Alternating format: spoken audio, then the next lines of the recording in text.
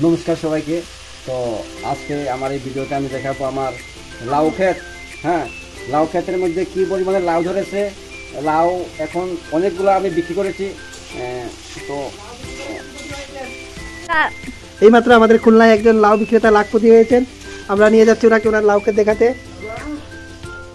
এই তরুণ যুবক খুলনায় লাউ চাষ করে একটা নজির তৈরি করেছেন এবং বেকারদেরকে একটা রাস্তা দেখিয়েছেন কিভাবে লাউ চাষ করতে হয়। এই যে উনি খুব ভালো লাউ চাষি, যে লাউ নিয়ে আসছেন। এই দেখেন আমার ক্ষেতের লাউ, এটা হলো গিয়া 60 মানে 60তম লাউ। হ্যাঁ, এটা নিয়ে একটা 60টা লাউ আমি কেটেছি। এটা হলো গিয়া 60 নম্বর। এখন আমি 61 নম্বর লাউ কাটছি আপনাদের কাছে। ক্যামেরাম্যানকে বলবো দেখানোর জন্য, যদিও দেখাতে পারছে না আমরা।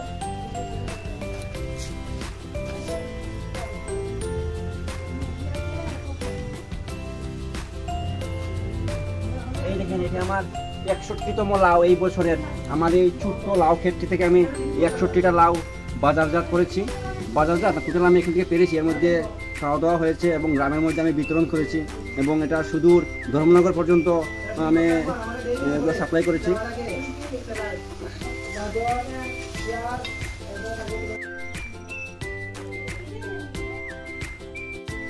তো ধন্যবাদ সবাইকে আমার এই লাউ ক্ষেতটা দেখার জন্য। এবং আমি আশা করব আপনাদের বাড়িতে যদি জায়গা থাকে অবশ্যই লাউ ক্ষেত করবেন এবং সার ছাড়া। হ্যাঁ, এটা হলো গিয়ে একদম অর্গানিক লাউ ক্ষেত, সার ছাড়া লাউ ক্ষেত। তো লাউগুলা খুবই সুস্বাদু। যে আমার লাউগুলা খেয়েছে সে আবার আমার কাছে এসেছে লাউয়ের জন্য। ধন্যবাদ।